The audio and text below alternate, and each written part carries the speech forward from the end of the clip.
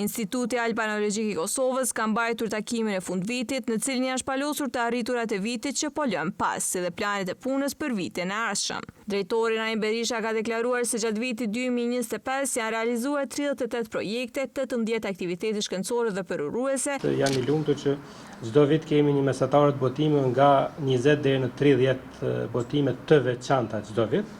Gjatë këtij viti kemi botuar dhe kemi përgatitur për botim, sepse janë edhe pak libra në proces botimi, proces shtypje, sepse i kanë kaluar gjitha hallka tjera, janë 29 vëllime.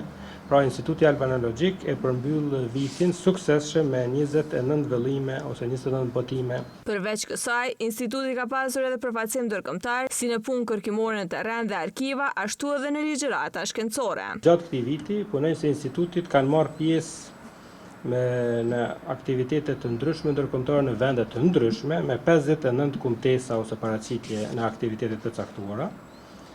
Puna në terren është pjesë e pandashme e natyrës së punëve që realizojnë institut, pra siç e dini, në kuadër të 5 degëve që ka instituti, shumica prej nesh projektet kur i realizojnë kemi të parapara punë terren.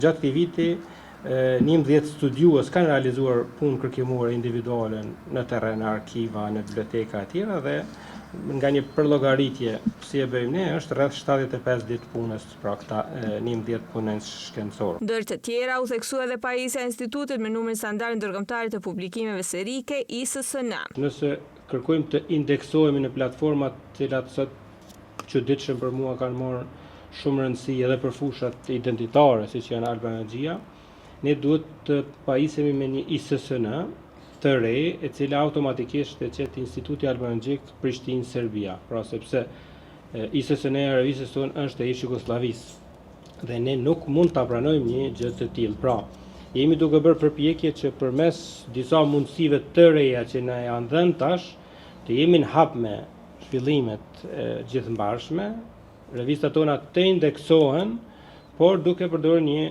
ISSN digjitale, që një farforma është neutrale, që konfirmohet nga Biblioteka Kombëtare e Shqipërisë. Lidhur me këtë çështje ka folur edhe sekretari shkencor Adil Olluri, i cili ndër tjera u ndal të rëndësia e ISSN-s për publikim në kuadër të Institutit Albanologjik. Ne kemi pasur 3 mundësi. Ose ta pranojmë, siç tha drejtori, ISSN-n e hershme të ish Jugosllavisë, e cilën e trashëgon Serbia, gjë që ne nuk e pranojmë gjatë tillë, edhe nuk e kemi pranuar. Ta shënojmë Kosovën si territor me status neutral. Këtë verzion të dytë nuk e kemi pranuar, sepse i bie që ne nuk e pranojmë Kosovën ende si pushtet. Dhe kemi shkuar me verzionin të tretë, që është më i lehtë,